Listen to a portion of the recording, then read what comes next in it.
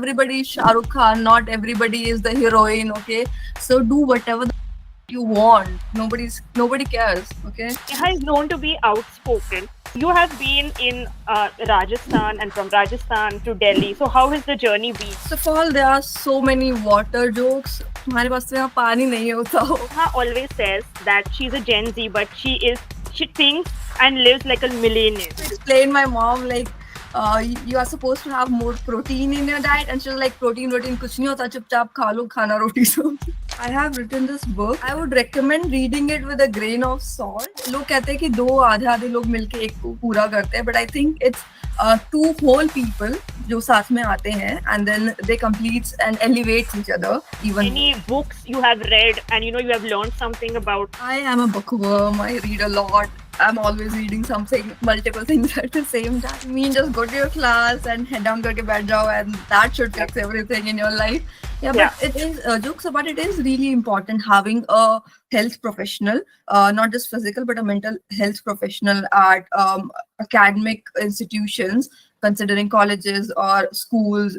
People tell me, like some friend of mine, if I tell them, okay, I have ADHD, and they're like, no, you don't have ADHD. They are diagnosing me on their own. You can't sit still. You're doing this or you're doing that, and you just can't sit still. You have to be moving and doing things. Mental health challenge होना लोगों ने आजकल इसको काफी ease down कर दिया, but then it's not a big thing. You are not crazy, you are not mad. You if I say I am going to a psychiatrist, people take it as such a big thing कि मुझे कुछ हो गया है, बस मुझे बिजली के झटके लगेंगे दिमाग में और तो कुछ नहीं है. So people don't know that anxiety is the common cold of mental health. That's a fun fact. Yeah. Not be thinking while you're cooking, okay, उसने ये कहा था, इसने ये किया था, and all. The candle business, its name is Aha's Essence. I wanted to put it into something therapeutic. I got to know of aromatherapy, that it helps a lot of people in certain ways. Why not just bring aromatherapy and this art of candle making, which is all in one? I have one light up just here right now. I'm using vanilla. So this kind of gives you that light, soothing, calming scent, and I like it. My friends, she was like, Neha बुरा मत मानना, पर ना मेरे को एक बात बतानी थी. मैंने ना जब कैंडल जलाई, I used it, but then I was feeling ना sleepy उसको use करने के. So what do you want to give a message to the listeners about their well-being, whether it's physical, mental, suggestion for that matter, or recommendations? The key thought that I preach a lot is self-love.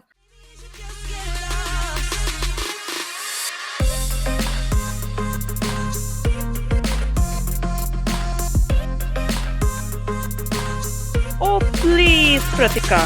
Well, you can call it OP Square. Hello, everyone. Welcome to Oh, please, Pritika. So today I have a guest who is multi-talented, but she doesn't accept that. That's a different thing. So she is a content writer and author. And also I became friends with her online on Twitter the first time.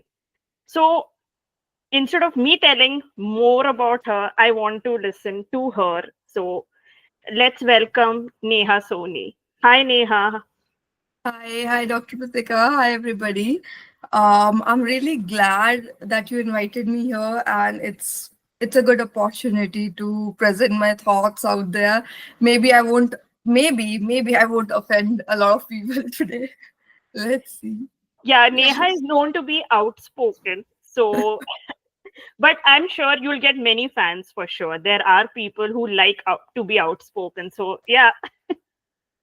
See how it goes, but thanks again. Like, I'm liking this platform here. Yeah, so you have been in Rajasthan and from Rajasthan to Delhi. So how has the journey been? My viewers would like to know. Oh, first of all, there are so many water jokes. तुम्हारे पास तो यहाँ पानी नहीं होता होगा. Like, now you have water. Oh gosh, I'm so done with those.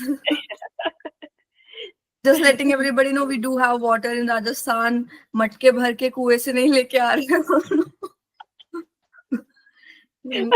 It's okay. I come from a very small town from Rajasthan, And here in Delhi, it's a big city. Everybody just minds their own business, and nobody cares. You can just do anything, and nobody just gives a damn. Like, you are invisible to public.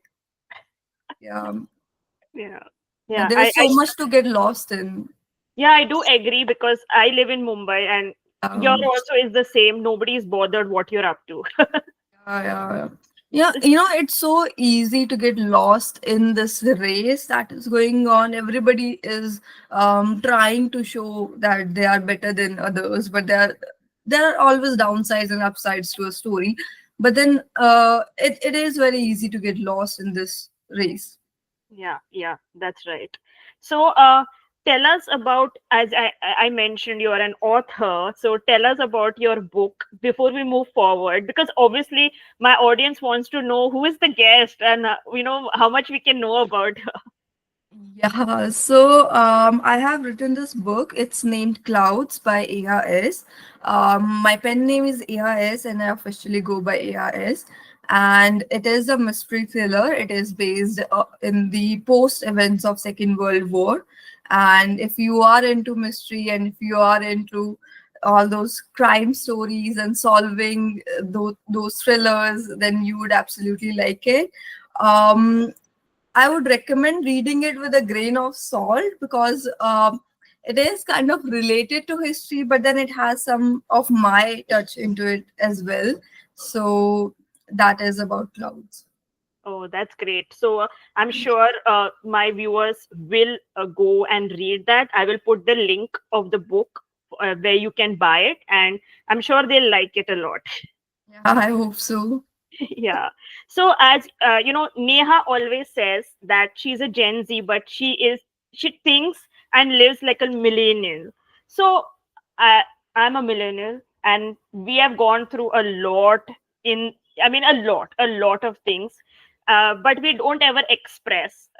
It's always we are overshadowed with Gen Z era, and now it's Gen Alpha and Gen Beta. I don't know how many gens are there now. So how what do you feel like? You say that you think like a millennial, so what makes you that way?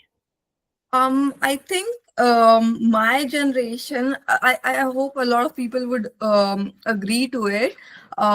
We are kind of a transition generation, I would say. We are not exactly Gen Z. I barely know any Gen Z lingos and all that. Obviously, that doesn't all make what Gen Z is. But then I relate a lot to my parents and all the culture and values. I still want to hold on to it. It kind of makes us as a transition generation. Um, I am there trying to help my parents understand new things about health, about mental health, so many things, right, that are happening in society. Whereas the new generation, it's kind of clueless of what's happening in their parents' generation, right? They are not aware of it. So we stand as a transition phase where we understand our parents and we kind of belong to that new generation as well. So we are trying to go with both of them at the same time. It's like best of both worlds. That's actually good, right? You get to see Yes. best of both worlds. But there's also worst of both worlds. Yes. Oh, I have to explain my mom like you are supposed to have more protein in your diet, and she's like protein kuch nahi hota, chupchap kha lo khana roti so. That is the phase I'm talking about. Yeah, that's true, that even I go through. When I teach my parents something, and then after 2 3 days, like, what is this? How do you do this? Like, I just taught you yesterday. you know Yeah, imagine what they did to us when we were doing that. Like, I do not know the spelling, and our parents would like beat us. yeah, but as you're in this generation, I mean, even I am learning the new lingos, because I as a psychologist, I meet clients from different age groups. Like, I need to go from age 3 to age 60 also at times, so I have to get adjusted to that. But as this generation, we have come out with this word called toxic relationships. I mean, when I was growing up in the 90s and in the 2000s, it wasn't I mean, we never knew what is toxic. I will tell you, like when I was growing up in the 90s, it was an innocent age. Everybody would believe you easily. And, that manipulation and all that wasn't there. So, what do you think about, this word toxic relationship? And does it affect mental health? Do you think, does it help or does it affect? I think, first of all, toxic. How do we explain toxic? To me, a toxic relation of any sort forms when two people, they are not able to understand each other. They are not able to come to common grounds to each other, and that is when the toxicity forms.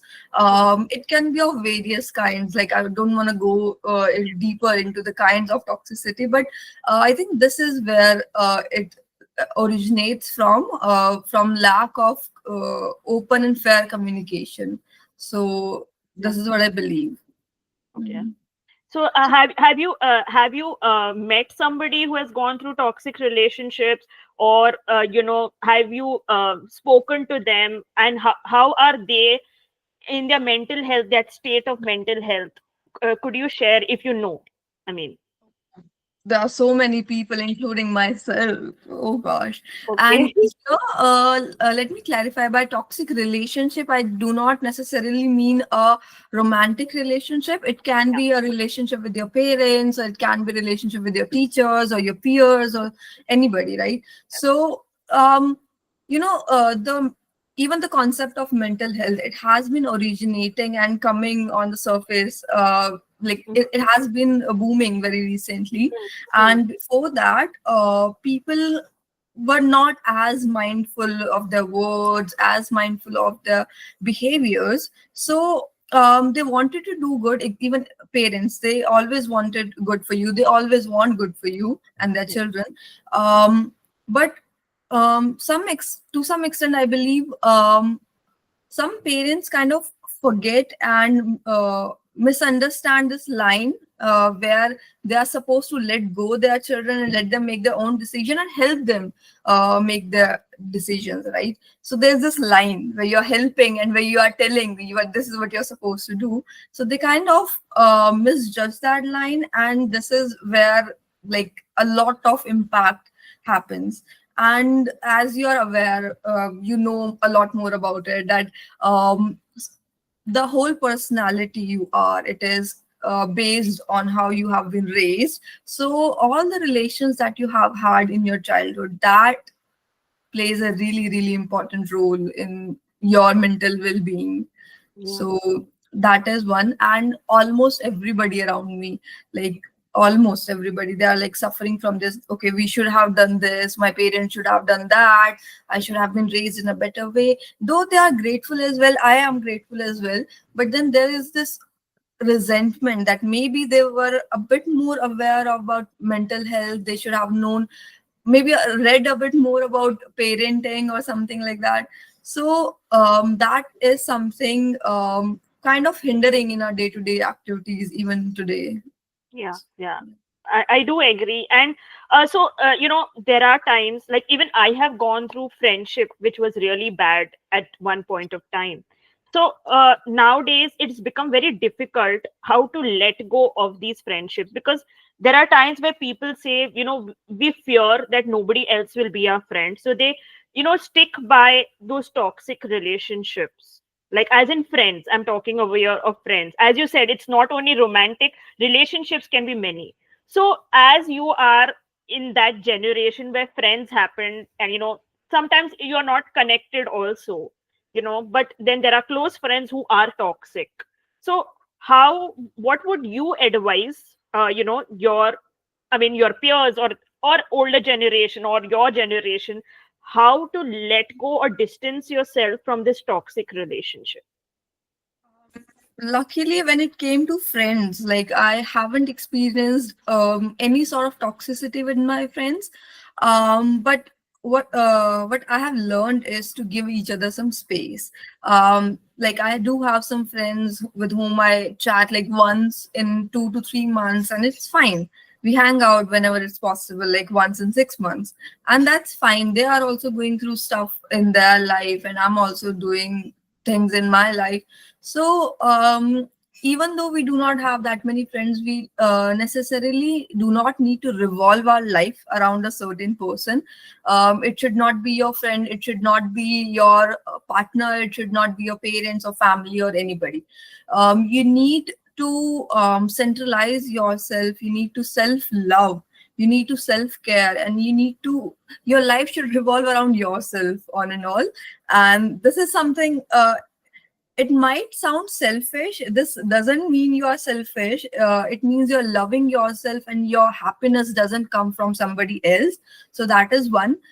Giving each other some space, so that kind of leads to easing down that toxic nature which comes from being too close to each other, expecting things from each other. So we should just like help each other to grow. That is something I believe. Even if it comes to romantic partners, um, kind of depending on somebody. Okay, if this person is going to bring me flowers, only then I'll be happy. Otherwise, oh gosh, I can't be happy. If this person is going to take me out on a date, then I would be happy. If my friend hang out with me, then I would be happy. That is not how it works. We should give others some space and yourself some space as well. So that's there. Learn to believe in yourself, learn and help each other grow. This is something I think we should do. वो लोग कहते हैं कि दो आधे आधे लोग मिलके एक को पूरा करते हैं, but I think it's to whole people जो साथ में आते हैं, and then they completes and elevates each other even more. So this is something I believe. So rather than expecting, try to help them grow more. You yourself try to grow more and learn more in your day-to-day life. So these are the two things that might help them to ease down this toxic nature. Yeah. I laughed at that point where you said, right, that flowers and, going out, because then people will find me too old school. I love being at home. Yeah, I too, I too. Oh gosh, it's such a hassle to go out. It's like, क्यों ही जाना है, क्यों ही जाना है, घर में ही रह जाते हैं. गर्मी में बाहर गर्मी लगती है, and सर्दी में बाहर सर्दी लगती है, and then late night you get tired. There's a long list of all the Yeah. excuses that we have. Yeah. And in rainy season, so let's sit at home and watch the rain. It's okay. It Yeah. looks nice. We have a long list of excuses to not go out. Yeah. Yeah. Yeah. So, uh, do you think there are some signs where you could look out for that this is a toxic relationship? We need to keep a distance or we need to make that space. Have you noticed any signs or you've heard about it? Okay, yeah. I think when somebody is not respecting your boundaries, if I say, okay, I'm not feeling well, so I can't go out, or I do not feel good sharing this certain thing which is personal to me, even if it's my best friend or anybody, then, and if they're not respecting that boundary in the moment, so I think that's one sign. And if they're not letting you make your own decisions, that's two. So right now, I can only think of these two decisions, but then there's mutual respect as well, that you mutually respect each other. Mm-hmm. Um, it comes in small things, like if you're texting, they're like not ignoring you. It's very similar to having a conversation face to face. So it doesn't happen like if I'm talking to you and then you go out in the middle of the conversation and do your thing, right? Yeah. So small things where it shows that the person respect you, so that's there. So these are the three things that are coming to my mind right now. One is mutual respect, they let you make your own decisions. And the first thing that I mentioned was, um, they let you make your own decision. And not putting they Yeah, don't put yeah. boundaries. And Yeah. respecting your boundaries, of course, and respecting your boundaries. Yeah. Okay. So you have been writing. You're a content writer. You're an author, and I know you're also into digital marketing. So have you come across in your writings or in as an author or something like that about toxic relationships, these themes running, or maybe friendships, or or parents being toxic. I know no parents want to be toxic, but it does happen. I mean, it's a generational cycle, and unless you break it, it doesn't come out of it. So have you across with, in your writings, anything like this, or any books you have read and you have learned something about? Of course, absolutely. So I am a bookworm. I read a lot. I'm always reading something, multiple things at the same time. So one thing that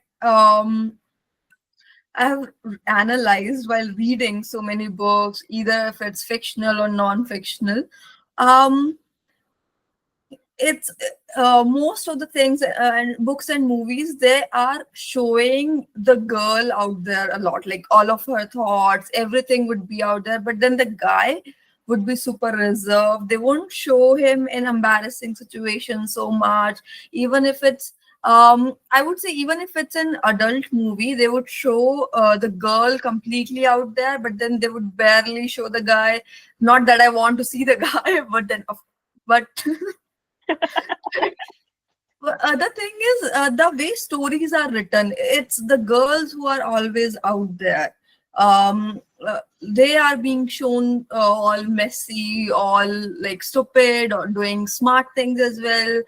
Rarely smart things, so. But then the guy who is always this macho have a particular set character that he's supposed to follow. That is how the movies and books go. So this is something I find a bit problematic. Like, can't the guy make mistakes, or can't he be goofy, unless it's a character written as goofy? But as we all know that every person have multiple sides to them.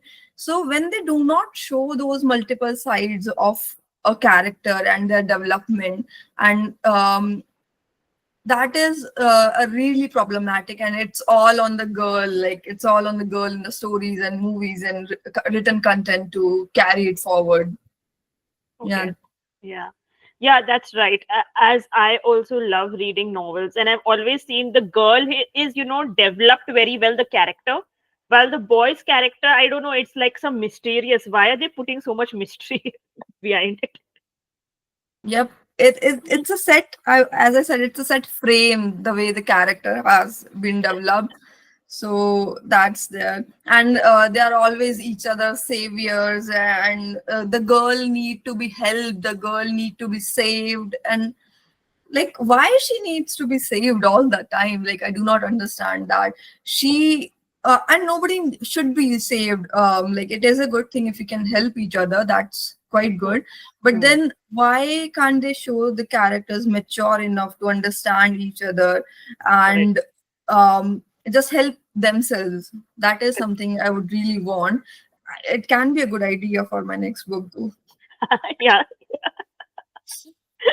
uh, Yeah, that's right. So, as I am a mental health professional, and I get a lot of adults, Gen Z, basically Gen Z, or even for Gen Alpha, they are having ADHD. And as per knowledge and as per research, it is like every 10 people, 9 of them are ADHD. And they will not be one type fits all. There are different types of ADHD. So, do you know about ADHD? Is there an awareness about it? And growing up, how was it? Like, did you know about it growing up or as an adult? I too myself have been diagnosed with ADHD and GAD. So it's been a year and a half or two that I've been diagnosed with that. And then I've been constantly researching about it and trying to learn my way through it. It happened as if, like, the moment I got to know that I have ADHD and these are the basic things that happen in ADHD, my life kind of made sense. Like, why I did things that I did, why I do things or think the way that I do. All of it made sense when I realized that, okay, I do it because I do have ADHD, which is neurodivergency. So that's the growing up. I never even heard the term ADHD. I'm pretty sure my parents still do not know what ADHD is. So that's there, and I don't see enough awareness even today about it. There are so many misconceptions around it. So I think we need to teach people about what ADHD is. So that should be done majorly, majorly. Yeah. Yeah, as you said that there should be enough awareness. So I'll tell the viewers, ADHD means attention deficit hyperactivity disorder. It's a neurodivergent. So if you're ADHD, autism, OCD, it and many other things come into it, you come under the neurodivergent family. And neurodivergent, again, in simple words, I would say your brain is wired differently. So you think out of the box. So yeah, that is a short, but that is how a common man would understand what is ADHD. So, do you think the awareness, which is still, in a very baby steps now, also that, mental health professionals, they keep on telling all these things, but do you think the common man really has that time to just see on, your social media, okay, ADHD or this, that, all these things come out? Do you think they really try to, introspect that do I have this, or it is just like okay, just scroll? It's more of scrolling nowadays rather than information building. So you tell me, Dr. Pratika, like, what do you do when you have tuberculosis? I mean, if a person has TB, would go to the doctor, Yeah, but find out. then what do you do? Um, I won't go on social media. I will not go on social media. I will find the doctors who are related to that stream on maybe Google, and first of all see the signs and symptoms, and then go to the doctor and find out what is the remedy and all these things. Yeah. so what I believe is that whoever is having some problem with themselves, once it's diagnosed, they won't need to be told, okay, see this post, that is the information that you need. Whoever has the problem, they will go to the doctor and they will go to social media and look for it. I found out I had ADHD. I looked for it like a mad woman on social, not social media, but on Google a lot. I searched for it. I read so many articles on it. I watched so many YouTube videos on that. And even one of my friends, she mentioned once that her boyfriend had ADHD, and she looked so much into it. She tried searching for it, and in order to help him, right? Mhm. So when people do know that they have a certain problem, no social media post would be required. They'll go on their own and they'll look for it. But the first step to it is they should know what that they have ADHD or not, or any other mental health challenge. So for that, I think this is my again very controversial opinion that everybody should go to therapy and figure out what problem that they have, because everybody have some problem. So yeah, Yeah. but then regular checkups and having regular conversations with a good therapist may help you identify a lot of problems that you might be having, which are hidden underneath so much of burden and so many thoughts. So maybe once a month or twice a month could work well for them. So that is something they should do. And every now and, as you just mentioned, even 9 out of 10 people are having ADHD. So I think everybody should go and get tested so that they can look into it. Yeah, and also, I mean, I'll tell you something, Neha. Many people don't want to go for test or don't want to do the diagnosis. Again, there's a lot of stigma in our country. I mean, compared to other countries in internationally, our country has a lot of stigma. What do you think about that? I mean, I'm telling you this why? Because kids to come, they need their parents, right? They have to pay for it, while adults, they are ready to come. There are many adults who will come to you, they will say that they have the problem, or they'll try to find out what is it. So the stigma is so much. So what can be done for, because earlier, if it is early intervention is always better. So if that is done from a grassroots root level, is more better. So what do you think? How can you, spread that, you must remove the stigma over it? What can be done from the grassroots level? I'm no expert on that, but I think as parents go and attend children's school PTM meetings and teacher tell them, oh, your kid need this book, this set of notebook or book, and they buy it immediately. Your kid needs this tuition and they enroll them immediately. I think if it's done at school level, where mental health is promoted, and whenever there's a PTM, like at least there's some 10, 20, 15 minutes of session that has been held for parents, um, uh, educating them about mental health of children. So I think that can work really well.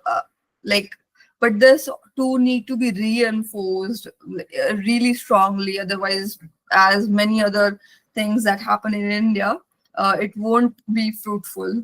Yeah, yeah, I do agree. Also, yeah, many of the professionals are getting a lot of EAP services right now with, lot of access to, their therapist and, that, and that's very good.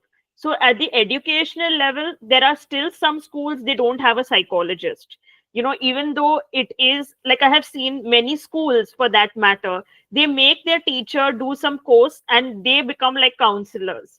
So that is still a step remaining where our school understands that there should be a trained personnel. Like, we cannot go to a heart surgeon to a student, right? We have to go to a heart surgeon. We cannot go to a student who is learning about heart surgery. Once he's learned about it and has that experience, okay, we can go.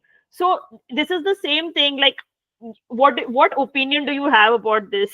Like, when it's like, I want to go to maybe I want to go to an author to write my book because I cannot emphasize how it is, and I will come to you rather than going to maybe someone who's a dancer. How does a dancer know how to write, or how to emphasize? So it's the same thing over here. So what do you think?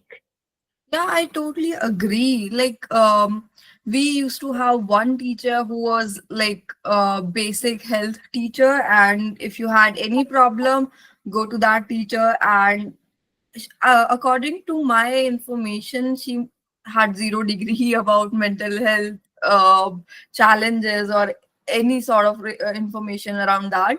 Um, but then she was nice. She would ask you to just rest, and that should heal everything.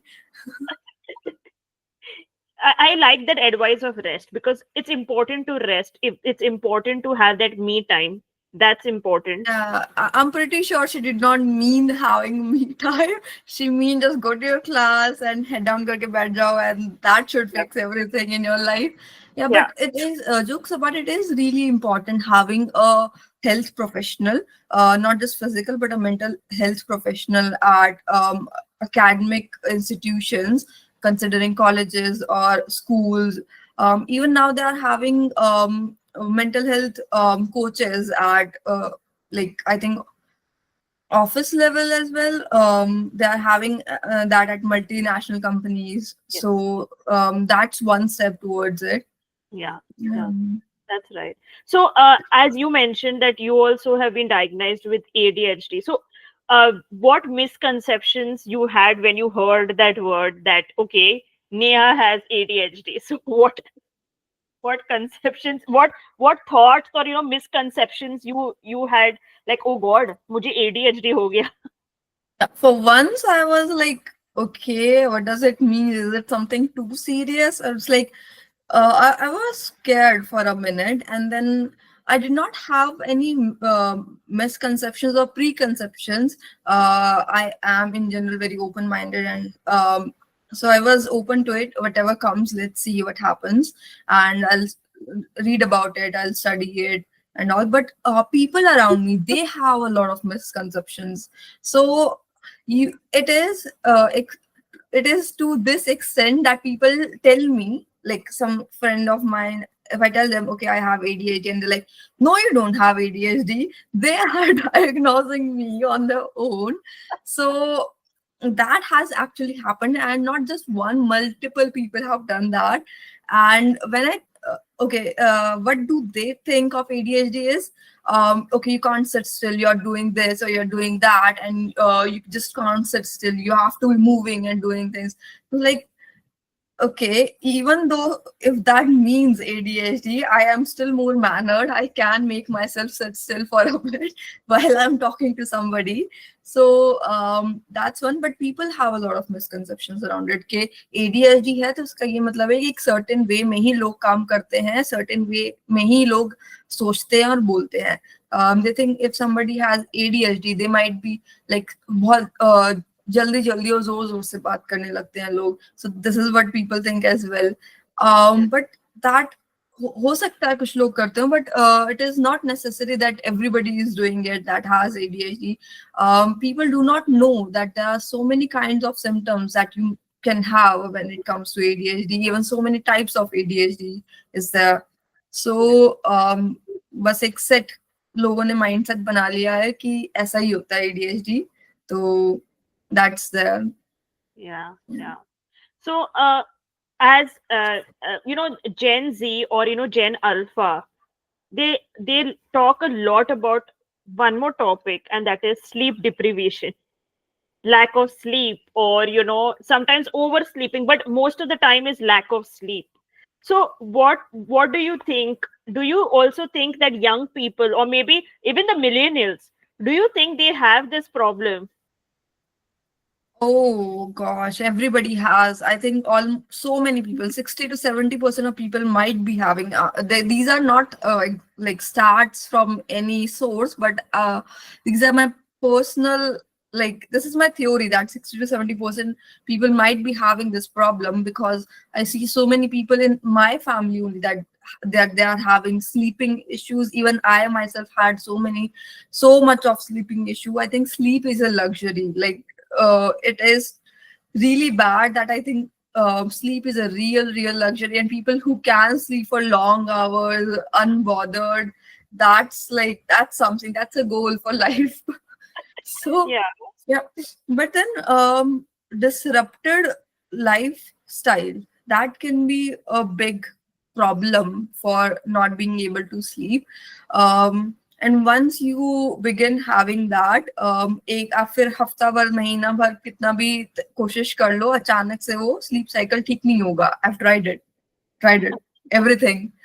So yeah, like you need to force your body into a cycle. You need to train your body. सोने के लिए भी you need to train your body.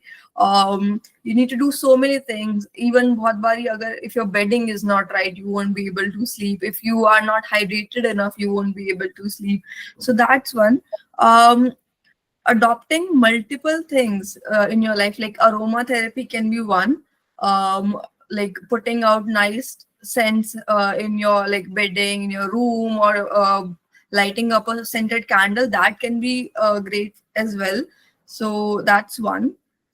There are so many things. If even if you're not physically active, so that can hinder your sleep cycle as well. Mm. If you're stressing about something, that can hinder your sleep cycle as well. So for stress, like meditation is one, but then I don't want to go out and tell you that, okay, do this, sit in a pose for 10 minutes or an hour and just don't do anything. So I know most of the people are not gonna do it and won't be able to do it. um the, I understand that there anything that is done by hand, any activity or craft, or anything that is craft means cooking, or even handicraft, painting, anything that is done by hand or manually, that is a form of meditation to me. Even if you're cooking, you might be thinking about what masala to add next, or what's the next step in that whole recipe. You might not be thinking while you're cooking, okay, उसने ये कहा था, इसने ये किया था, and all that. So most of the time, so this kind of puts you in a state of meditation. That is, if you're painting and if you're sketching something, you are too engrossed into it that you might not be thinking about other things that that might be stressing you and may end up stressing you. So that's a form of meditation as well. Even cleaning your house and doing your chores, that's a form of meditation as well. So if you can take out some time for yourself throughout from your busy schedule and busy life, and even perform those activities for yourself, whatever you do, play music, dance, or whatever, it could be anything. So that may help you sleep better to some extent, but the best option is to see a professional, so that's always there. Yeah. So, as you said that you have gone through that sleep deprivation part, and you are a very creative person. You are into writing. Has it impacted you that point of time when there was lack of sleep? How was the focus and how was the productivity at that point of time? Yeah, you do not get the hit immediately. To be more specific about my situation, it was this bad that I ended up having a temporary insomnia for 75 days. Like, I could not sleep at all for 75 days. It was barely an hour or two. That too would be during the day or very early in the morning when I'm all tired. जब नींद नहीं आ रही है पूरी रात भर. So that would be there, but then not more than an hour or two. So that would also not be a deep sleep. It's just there on the surface level. So I did not get the hit immediately. It happened. I was working and I was working the very same way that I used to.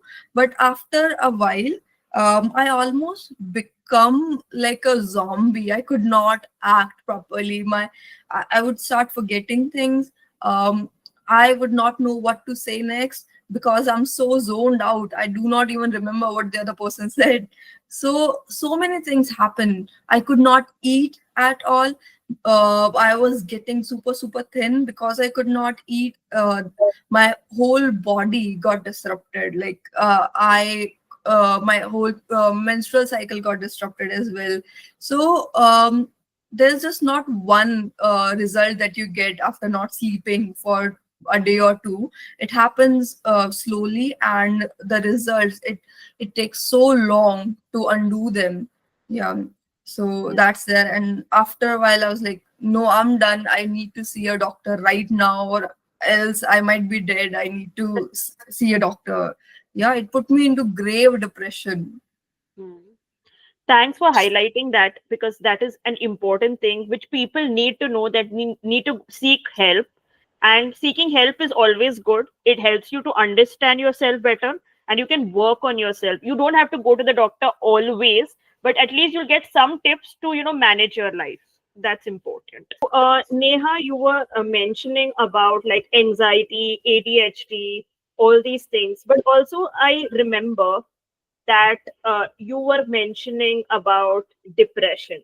So, have you come across anyone who has gone through depression? Have you been into depression? Because India ranks number one in, having mental health problems. So, these like depression or anxiety, as I mentioned, anxiety also is a common cold of mental health problems. Even depression comes under that. So, what are your thoughts on it? Yeah, so I personally have been going through it. I do not really know how it happened. Like, it could have been like childhood trauma or anything. I'm not really sure how it happened. But then, like, some day, on a random day, I started feeling not good. And then I thought, okay, it will go away. Like, that was years ago. So I thought it will go away, but then it did not. It did not. It just escalated, and I could not work. I could not do anything. And then I was feeling super drained. My energy was drained. I did not know what was happening. There wasn't any particular reason for me to be this sad or to be drained. After a couple of months, I was so done with it that I decided to seek help and look into it.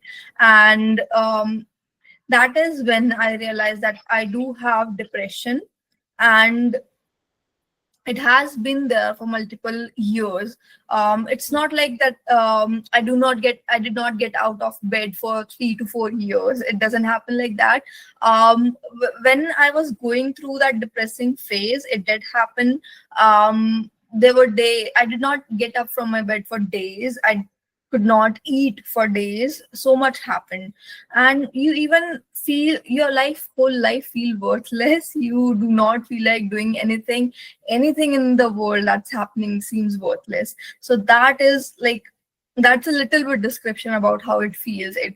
Your brain stops working, your whole body feels numb, your brain feels numb. So that's a little about how I was feeling, and I think in general people feels the same. So after seeking that help, I did improve a lot, and it went on. I went to therapies, and it went on for like a few months, and I was feeling better. And I was like, okay, everything is good. I can win the world again. Okay, let's go. So I stopped taking therapy for a while, and my therapist gave me a green light as well. Okay, you're doing fine. You can do it on your own now, and I did it. But after a while, like after like having good 3 to 4 months, I started having those anxiety and panic attacks again, and I was like feeling depressed again. I again could not get out of my bed, I could not sleep. So it happened again, and I went to therapy again. So it's like a cycle that's happening. Depression is not like a person who's constantly feeling sad. It comes in phases. Like a month or two you would be super super sad, you won't be feeling like doing anything, and for the next couple of months you might be fine. Okay. People kind of see it as, some people kind of see it as a drama happening. Ke, it's not real depression. In real depression people take their own lives. They say it as if it's a joke. It's not a joke. I take it really seriously, and I think everybody should. um, and it's fine. People feel fine for us for some time, and people may feel depressed during that depressing phase sometimes. So that is how it goes for me, and as I've heard from other people, it goes the same way for them as well. So after so many years, the duration of being fine kind of varies. Like you might be fine for more than 6 months or for a year, or you may be fine just for 3 months. But after so many years of dealing with it, now the duration has increased a bit. Like it's been quite a while that I have gone through such a depressing phase. Mhm. Okay. And again, as I said, that you are one of the person who's opinionated, who's strong. And many people say, oh, she's opinionated, she's strong, how did she get depression? So people who are opinionated, people who are strong, they do get depression. And thank you for saying that loud, that you had it, and you are one of them. And still you are opinionated. Things haven't changed in that way, but yes, you can go through depression, and anybody can. There is no like, oh, you're strong enough, you're weak enough, etc., etc. It will come to anyone. It's not like a luxury that it comes only to the privileged or to the unprivileged or whatever.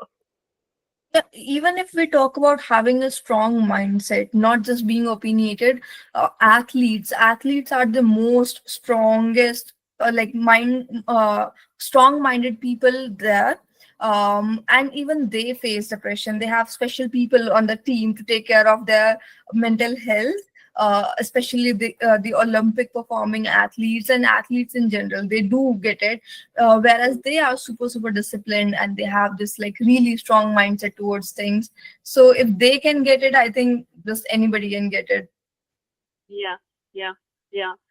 Even kids as young as 4 or 5 year olds do get it, and I'm not surprised, because we are moving in a very fast world. Children to get it, it's happening. They are more into the digital world. They are more into getting a lot of information. There is a lot of comparison. There is like a rat race over here. Depression can happen, no doubt. It does happen. But I think there's one more thing. I have talked about it before as well. People these days, even if it's like general sadness, and even if it's like very nominal phase of their life where they might have lost their job, or they might be going through a breakup or anything, right? They might have had a argument with their family members. for a couple of days they might feel sad and they would relate it with having depression. There are a lot of misconceptions. People use the terms having depression and anxiety as if like you're Yes. having pasta for the dinner. Like it's not that simple Yeah. and easy. Yeah, um there is a lot of lingos nowadays to be cool, as the word says, cool. They want to use that term, but again, I would say, and as Neha also says, that you have to get diagnosed, you have to go to a therapist to call yourself that I am depressed, going through depression, or I have anxiety issues. You just cannot just throw terms at people like that. in some ways it is kind of a disrespect to the people who are actually having it. Like they go through so much and your boss yelled at you today, and then you're feeling sad and you're calling yourself having depression. I'm not mocking anybody. People can have those scenarios. People can have actual depression and they can feel sad over small things as their boss yelling at them. But then just having that part in your life and feeling sad about it and calling it depression, it's not fair. Yeah, yeah, I do agree.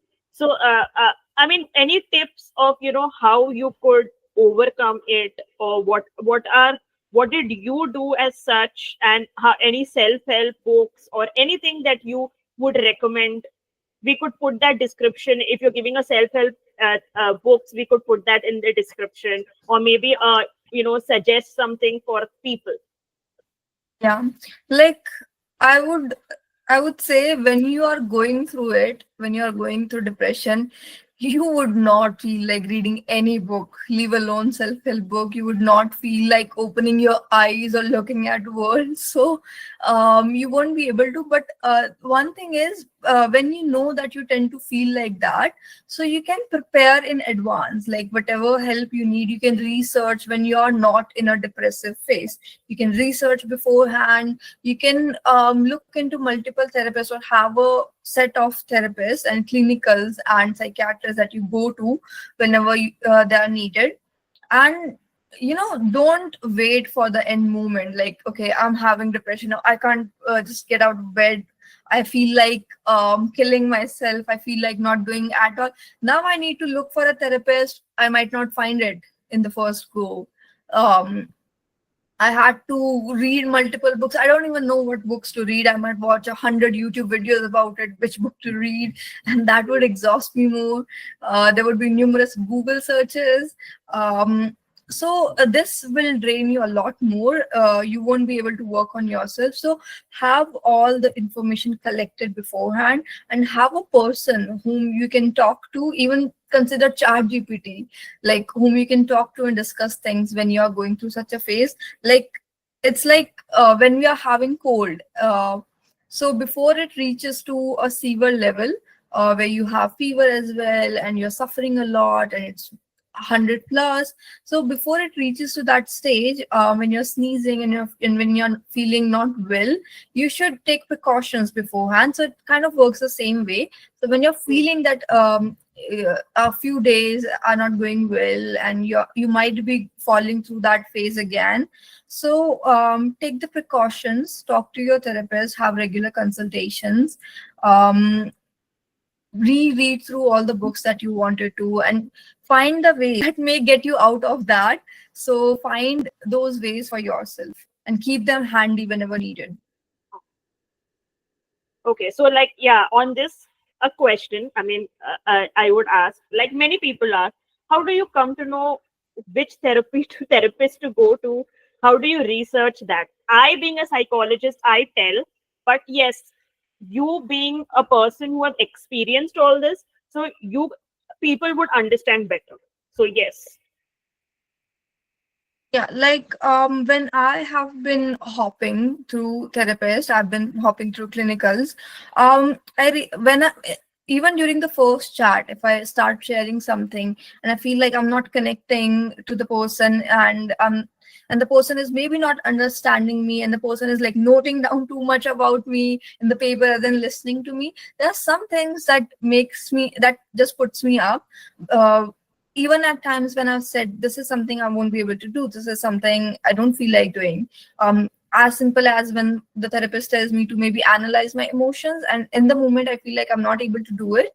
I tell them that I'm not able to do it, but then um, rather than understanding that, they kind of put me into multiple tests and like, do this, you have to go through that wheel of emotions, do it right now. And when I say I'm not able to process it right now, so there are certain things that may put you off, you might not vibe with, so you can always just hop through multiple therapists, you can see it for yourself. Okay, this is just my experience, but maybe something else works for you. So try multiple therapists, try more than one person, and then you can always go back to the one that you liked. It's like Yeah, shopping. yeah, yeah, yeah. Because obviously, for anything, you need the one which fits you better and understands for anything. Yeah, one more thing, like that was more on the fun side, but one more thing, you need to check the qualification. Like, if your therapist is qualified enough, and how much of experience that they are having in that particular niche of practice, and also like what are their opinions and point of views about certain things. Like people may suffer through like conservatism, like some therapists, they might turn out to be conservatives or rightists or leftists, so you might not know. Okay, of course it's their part of job to not show it out loud, but it can happen that when you're trying to say something and when you're trying to process something, they kind of lead you in a different direction, which you may not like but align with their thought process. So of course it won't happen in it won't happen that often, or it won't happen at all because they're professionals, but you do need to align with the thought process of your therapist that that you are going to engage for a long time. Yeah, yeah. This is a really important information with the qualifications and the thought process aligning. That's really important. So I and it would be beneficial for the audience watching it, and I hope this will at least touch some people's life, and they go out there and take the right decision to take help, because taking help is not wrong. Absolutely, yeah. So yeah, as you're a content writer, author, do you think, as we're talking about all these things and they're part of mental health, do you think enough is written or enough knowledge is there on these themes of, these topics and other mental health issues today in our country, especially because internationally we'll get a lot of stuff. But as Indians, do you think they have enough information, or, content writing can still get better? I think it is going quite good. There's so much of stuff out there. People are writing quite informative stuff. It has been reaching Gen Z quite a lot, and all the generations after that. But I think it hasn't been reaching um, millennials so much. Like it is still there. People do not know so much about mental health and what to do about it. Like they do not know what therapist to reach out to. They don't even know if they are going to a therapist, if that person is qualified for that service or not. So that is also there. It's not reaching millennials enough. Other than that, I think we are doing quite fine. Along with providing important information, there is also circulating a lot of nonsense. Um, if you have this, then you have clinical depression. If you can't wear your socks properly, if you can't get out of bed, then you have clinical depression. But then there are so many distinguishing factors with this which have not been taught and highlighted upon. um, these days people are kind of just like basic and general sadness. There's general sadness as well. Okay, if Mm. I applied for a job or if I applied for a gig and I did not get it, then I would be sad for a while. It can be a couple of days as well, but then that doesn't mean I have depression, right? You may have depression, but then it is very important to know the difference between general sadness and having clinical depression or clinical anxiety. Yeah, yeah, that's right. So, what advice would you give I mean, millennials, as you said, we as I read somewhere, as per research, they're the most educated, but their life is very unstable. They are very confused generation because they're born in a generation where things were very like there was no hypocrisy, no fakeness, and now they're living in that. They can't understand what is fakeness, what is, what are the things happening. Their way of, I mean, the parenting that they received was quite different. So, what would you tell millennials, especially, like what they should do to, get that help which is required? And it's not that they have a problem, but they can go as in as checkup or, just mental health checkups that they can do. I think first point is that the hypocrisy and the fakeness that you mentioned, it has always been there. It's just that they are not used to of dealing it online. So Correct. that's why they are very used to of dealing it with offline society and all. Right. So that is there. When it comes to online, they believe everything that's there on WhatsApp. So I think even if parents could if children could just get their parents have this annual or every 6 month full health checkup, which also includes mental health checkups as well. So I think that could be great, like it could be good for starters. Yeah. Yeah. Yes. Yes. I told my mom to join therapy, and she was like, "I'm not paying itane paise har hafte ke, okay? shut your shut your therapy thing up and just go back, okay?" That is what my mom said. She's not joining therapy, whatever. Kuch bhi kar lo. She's not doing that. Yeah, I mean, many people think that it's better to talk to a home person than to a stranger.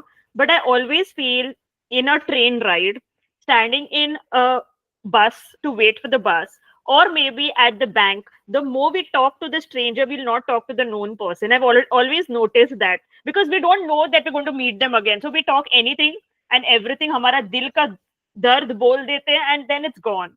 So, I mean, that is something people still have the thing that why do we need to discuss things with strangers? Yeah, that's there as well. They also feel bad. They say that they do not want to disclose their whole life story to a stranger. That is also there. Yeah, yeah, that's right. So, as I mentioned in the starting, that Neha, is multi-talented, has, into many things in her creativity. So, she started a startup of a candle business. So, tell us about it. What inspired you? When did you start? And what's the name? Yeah, the candle business, its name is Aha's Essence. And about inspiration, it was more like I was inspired by this creative art of candle making, and I wanted to put it into something therapeutic. Like then I got to know of aromatherapy, that it helps a lot of people in certain ways. So I think then I thought that why not just bring aromatherapy and this art of candle making, which is all in one, and just put it out for retail. So that is when I started Aha's Essence. And today, a lot of candles are available on, you can get them from Instagram and our website as well. So that is there.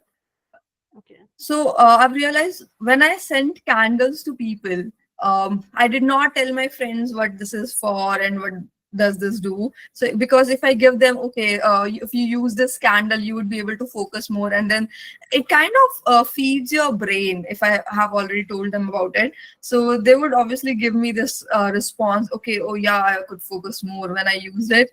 So that was there, but I did not tell them what this is for and how it can help you with. I just gave them as a gift, and even the products that I sold, people came back and gave this feedback that due to certain candles they could feel more relaxed. With certain candles, they were feeling sleepy. One of my friends, she was like, Neha बुरा मत मानना, पर ना मेरे को एक बात बतानी थी।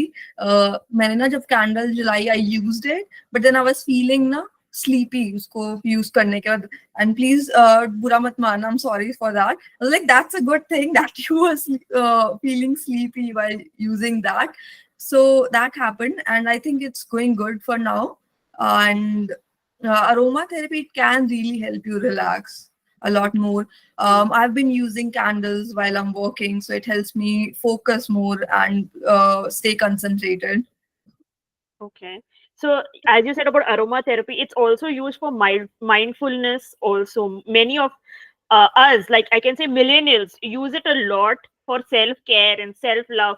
You talk to millennials about self-care and self-love, they will tell you stories like, how they pamper themselves, and also this is their part of their life. So can that be used in, I mean, what do you think? It can be used for mindfulness too? Yeah, I think it can be absolutely. Mm. If you need to train your mind to do something, but you can do multiple things. Like you can start certain music, you can light up a candle, and then you can start working on it. So it and even if you want to meditate or if you want to do yoga or workout, for that particular period of time, if you associate it with a particular scent or a sound, then it gets easier for your senses to get accustomed to that practice of whatever you are doing, and then it helps you be more mindful of whatever you are doing. Yeah. Um, that that is something I'm trying to add in my life. I have not gotten an expert around that topic yet, but So as Neha spoke about that, so let's come. The concept is called classical conditioning. Neha, you can find out more information. I'm sure you will go after this session and find out what's classical conditioning. So it's a psychological term. What you said, that music and the scented candle together, or exercise. So that's a research, big research, which we psychologists have studied all our lives, and we still connect it. So yeah, you bought a new concept of the candle and music. It's a new concept for people, but yes, it was an old thing. So that's a good thing to, for the candle and for having good sleep and all. They can connect to it.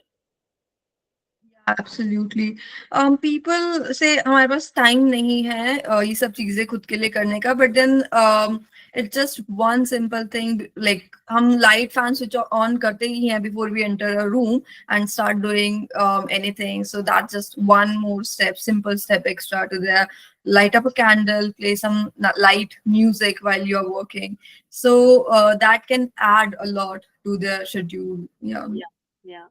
So how can people support your business and experience these benefits? just buy some candles, that's it. Yeah, buy it from Neha.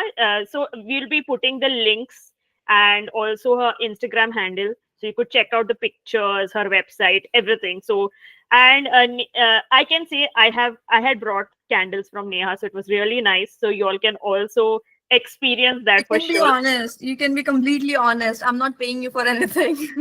Not a, I am being honest, and I mostly tell people that I can. So being honest, I can tell specific candles which is very good, like the lavender one, which makes you fall asleep, and the coffee candle, which makes you focus on things. So there are different types of candles where it is related to certain aroma, as Neha mentioned also. Anything related to your senses, it plays a very key role in your life. So, yeah, Neha, what is unique about your candles or special about your candles? I think a lot of people find candles, scented candles, as a luxury, which it is. And if you go to any store in the mall or any place nearby yours, you might find them quite expensive. A lot of people don't buy it because they are a bit expensive. But then here on Eha's Essence, we sell it at a very reasonable price, and it is provided to you in a good enough quantity as well, so that's that. It's not chotu sa packaging and then you pay 1,000 or 500 rupees for that. That's not the thing we are doing here. And along with that, it is kind of very mindfully created while keeping aromatherapy in mind. So that is there. If you are struggling to sleep, and if you ask us, to get a sleep candle, that a candle that helps you sleep better, a candle that helps you relax, then we can provide you with a product exactly for that. And it may take some time for you to get accustomed to it, as you just mentioned. You need to train your senses for that, but then it would be quite helpful. And it is completely customizable. If you want multiple scents, the whatever color, whatever design, even the size, everything is completely customizable according to your needs here. Okay, that's really nice. So I'm sure people will, after this episode, will go and check, and I'm sure they will buy it too. Yeah, I'm glad like I get to share this.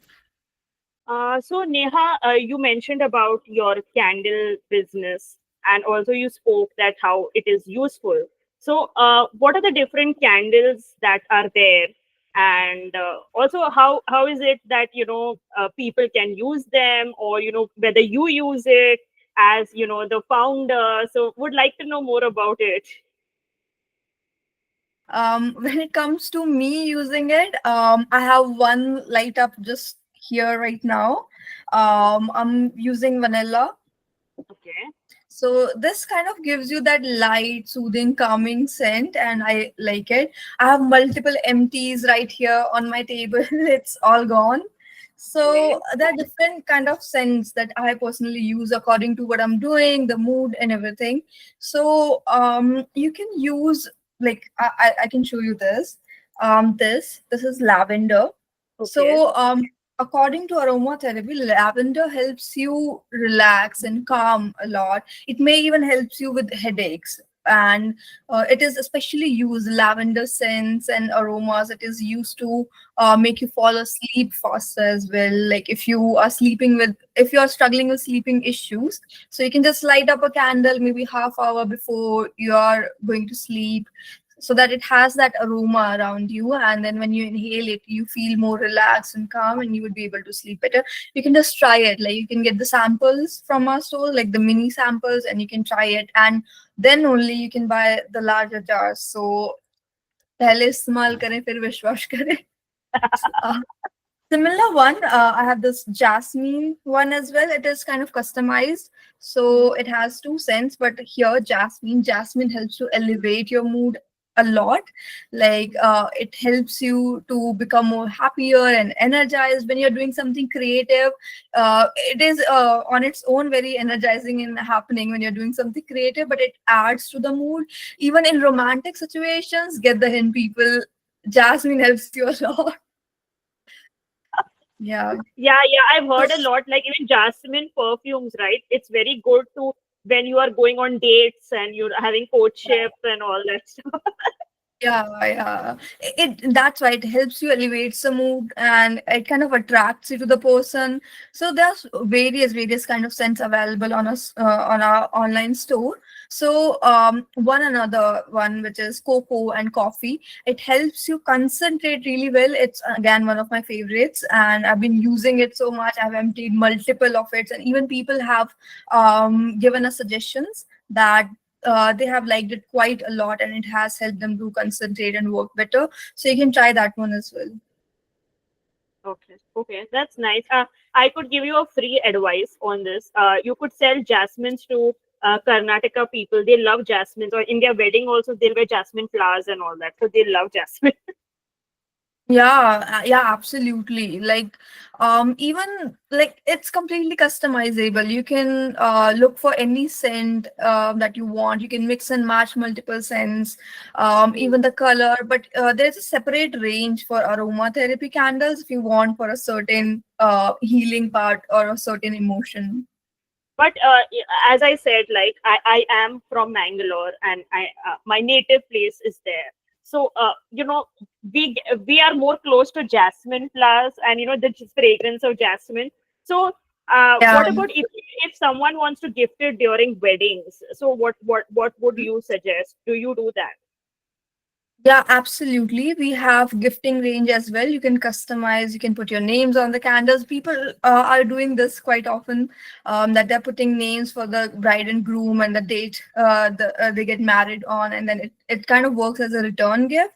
And even people put it as a like showpiece on the tables, buffet tables and everywhere. Mm. Yeah. So that's really nice. So we can use, I mean, who wants it for aromatherapy, they can go for that, or if they want to gift it or in their weddings or any ceremony, they can also gift that too. So yeah, so on your, as you said, on your website there is samples. So I mean, what supposing if someone wants a sample, so it would be delivered to them. What is the procedure? Yeah, you just, it's as simple as using any other platform. You just click on buy, you pay, and then you receive it on at your address. You just have to fill it up.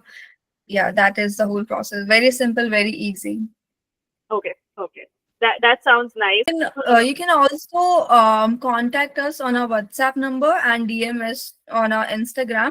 So we take orders there as well. So that would be great. You can customize and send your like customization details to us anywhere on WhatsApp or Instagram or even on a website. So it all works. Okay. So basically, Yeah. we'll put all the descriptions and information about it, so that they can reach out to you and get.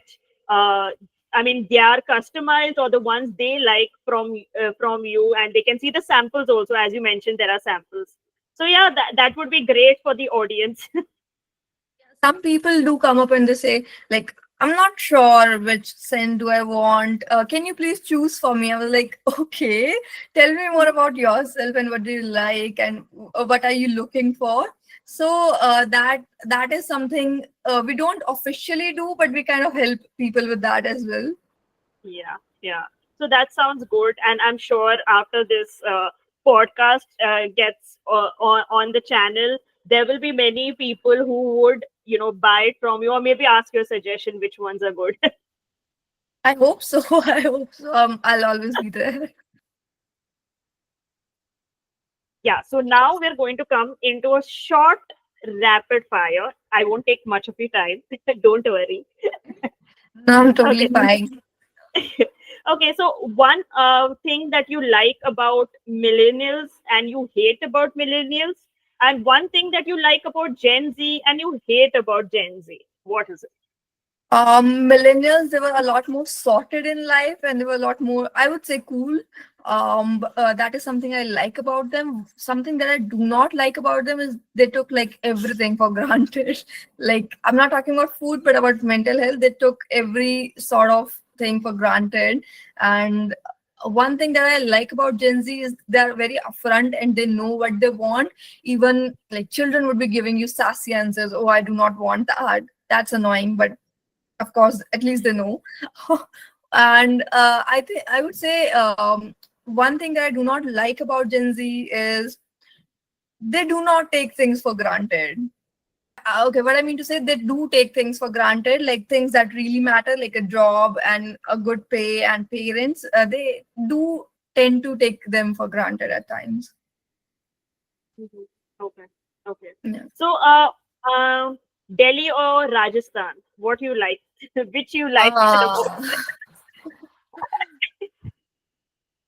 uh, for food, Rajasthan, that's controversial again, but um, for traveling and for meeting people and hopping new restaurants every weekend, Delhi, of course.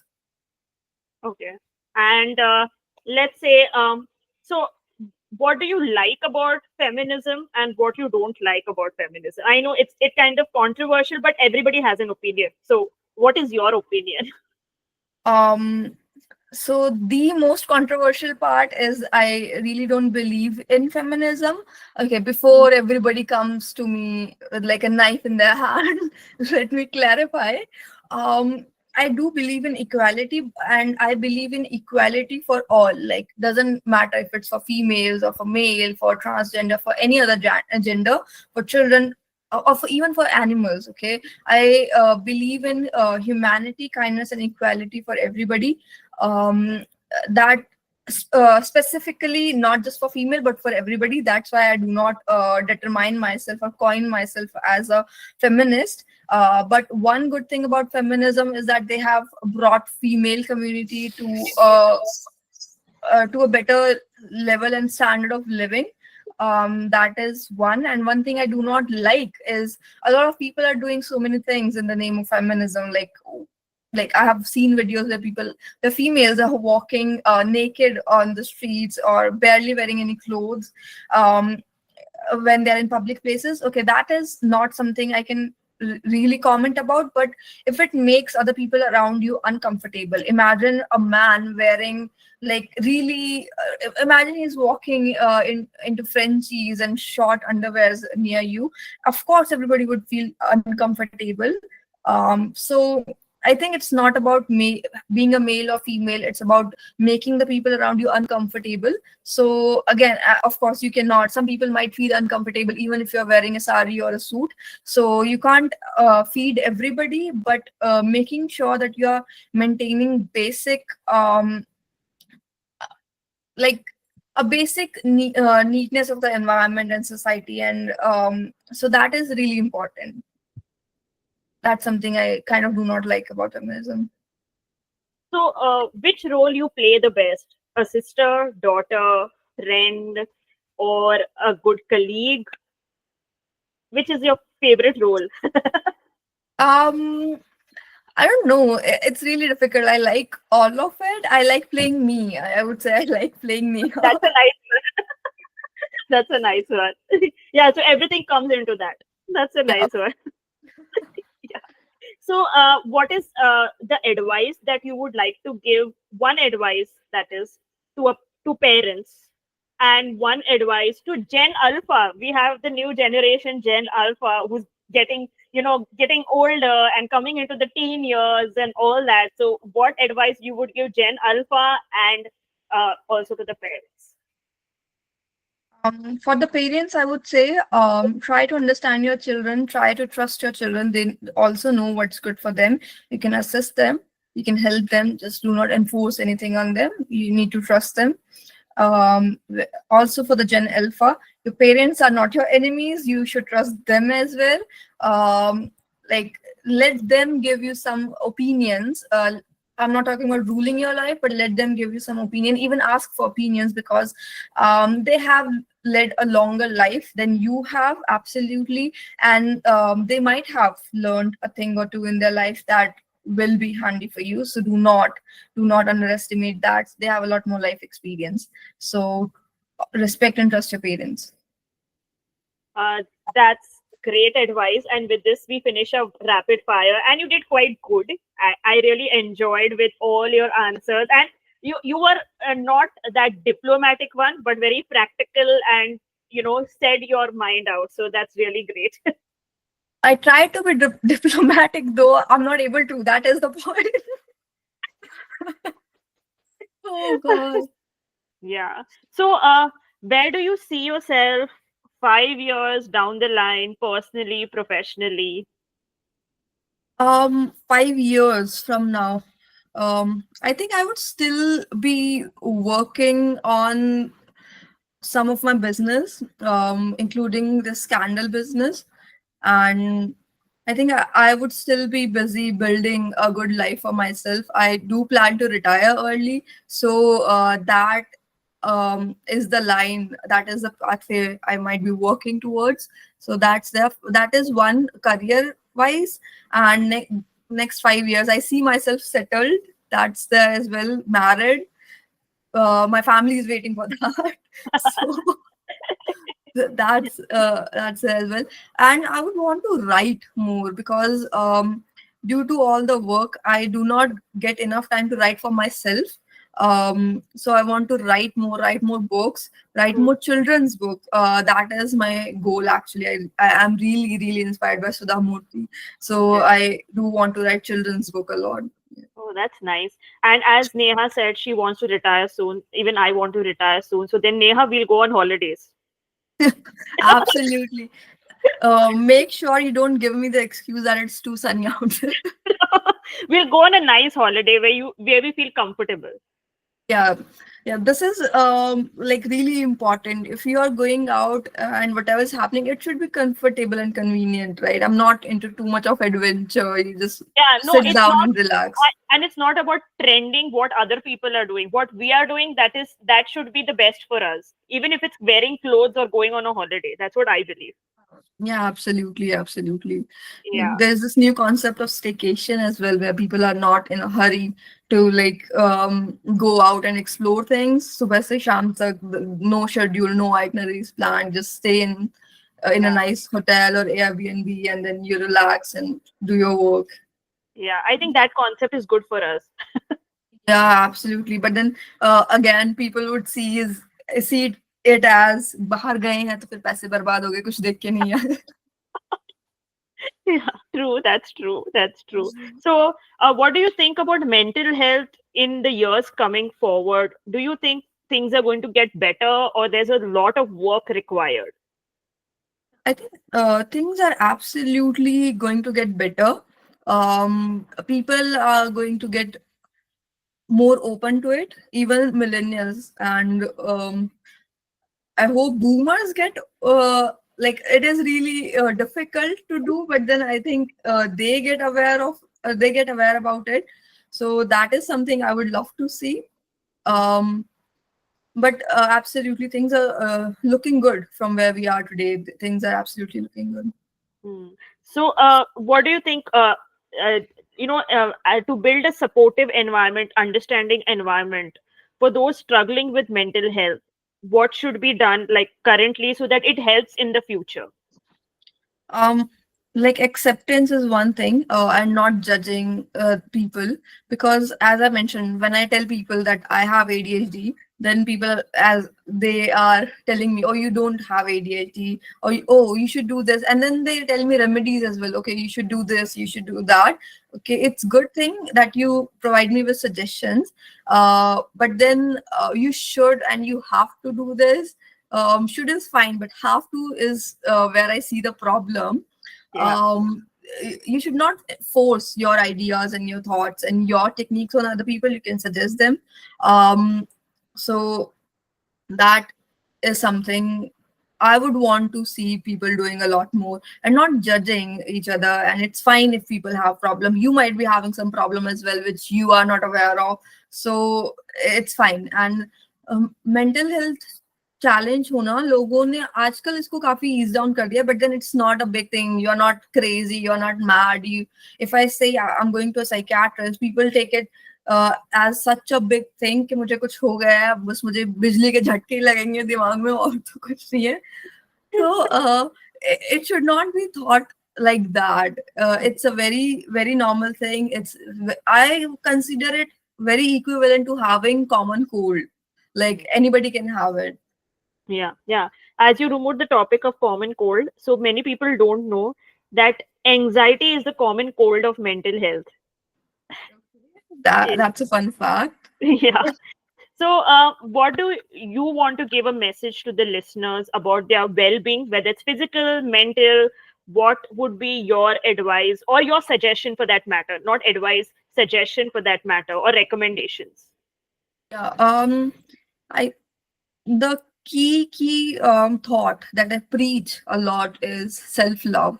You need to take care of yourself. You do not need anybody else to take care of you, to take you out, take yourself out, buy yourself things.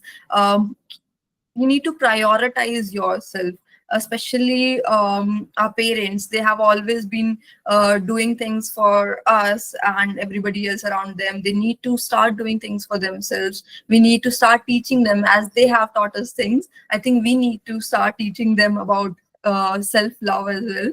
So um that is key. Like you can do as much research as you want about self love, watch as many videos as you want about self love, but do practice it. There are so many love languages. I think there are five to six key love languages. Try to love yourself in each and every love language, and then see how it transforms. You can even take it as a challenge for a month, like every week, for a month and a half. Every week you're gonna show yourself love via one of the love languages, and you will see how it impacts and changes your life. Wow, this is a great advice. And with this, we come to an end of the questions, and learning something new from your end. And it's always great having you, and listening to your opinion. And we always do this, actually. This is, I mean, on the podcast, but Neha and I always catch up and learn things and understand what's going on, because she stays in another metro city and I stay in another metro city. So yes. But yeah, it's great. Yeah, it is absolutely. And I just want to mention one more thing is to the people, to everybody, you are not special, okay? You're, the whole world doesn't revolve around you. You might, not everybody is Shahrukh Khan, not everybody is the heroine, okay? So do whatever the you want. Nobody cares, okay? You might just end up dying like this without just keep on caring about what other people are gonna think. You should live a life where you might not have a regret later on. Okay, what if I would have gone and asked them about something? What if I would have gone and done this? What if I would have said this or that? Just do whatever you want. Be mindful of it. Do not harm other people. But do not keep on thinking what would happen if I did this or did that, because life do not just revolves around you. The world would not stop. The earth would not stop spinning Yeah. if you Yeah. did that something.